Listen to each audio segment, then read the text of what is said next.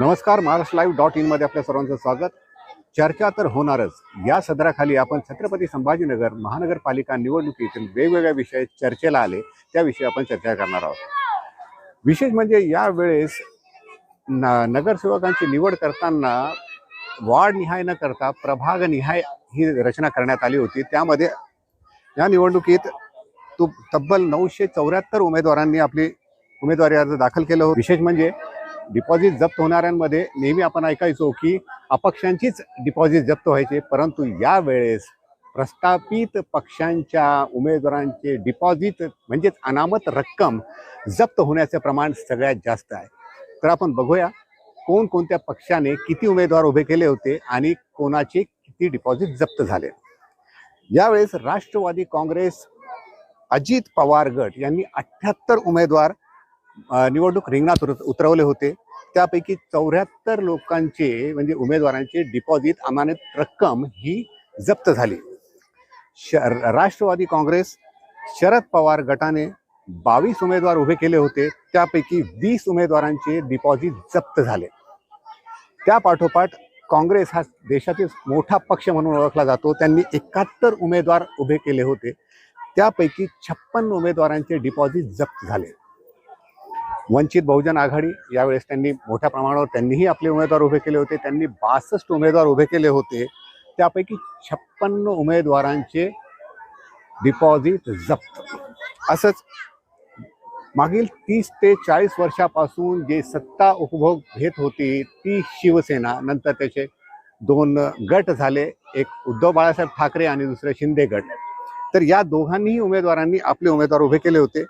उद्धव सेनेकडून 96 उमेदवार उभे करण्यात आले होते. त्यापैकी 48 उमेदवारांचे डिपॉझिट जप्त. आणि आता सरकारमध्ये असलेले शिंदे गट यांनी सुद्धा 96 उमेदवार उभे केले होते. अपेक्षा होती की ते जास्त निवडून आणतील, परंतु त्यांना एवढं यश मिळालं नाही. त्यांचे सुद्धा 37 उमेदवारांचे डिपॉझिट जप्त झाले.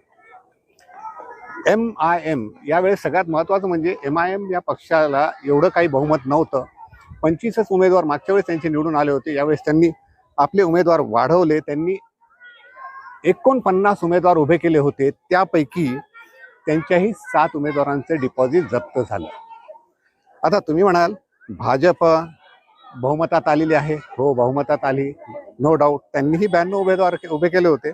त्यांच्याही 15 उमेदवारांना जे डिपॉझिट म्हणजे अनामत रक्कम जप्त झाली. वंचितचीही तीच परिस्थिती. आणि विशेष म्हणजे प्रत्येक निवडणुकीमध्ये अपक्ष उमेदवार हे निवडणूक लढवत असतात. यावर्षीही महानगरपालिका निवडणुकीत 113 अपक्ष उमेदवारांनी आपली उमेदवारी अर्ज दाखल केलं होतं, निवडणूक लढले. त्यापैकी एकही उमेदवार निवडून तर आला नाही, परंतु 110 उमेदवारांनाही आपलं डिपॉझिट म्हणजे अनामत रक्कम वाचवता आली नाही. त्यामुळे या वर्षीची निवडणुका ह्या एक राजकीय हेवेदावे पद्धत नवी होती. याने जरी चर्चेला आली असली तरीही डिपॉझिट म्हणजे प्रस्थापित पक्षांचे डिपॉझिट इतक्या मोठ्या प्रमाणावर जप्त होणे ही काही साधी गोष्ट नाही आहे. त्या पक्षांनाही आता मंथन करण्याची आवश्यकता आहे. आपण कुठं चुकलो याची त्यांना कारण मीमांसा करण्याची आवश्यकता आहे. असा विषय आहे तर चर्चा तर होणारच ना. पाहत रहा महाराष्ट्रलाईव्ह.in.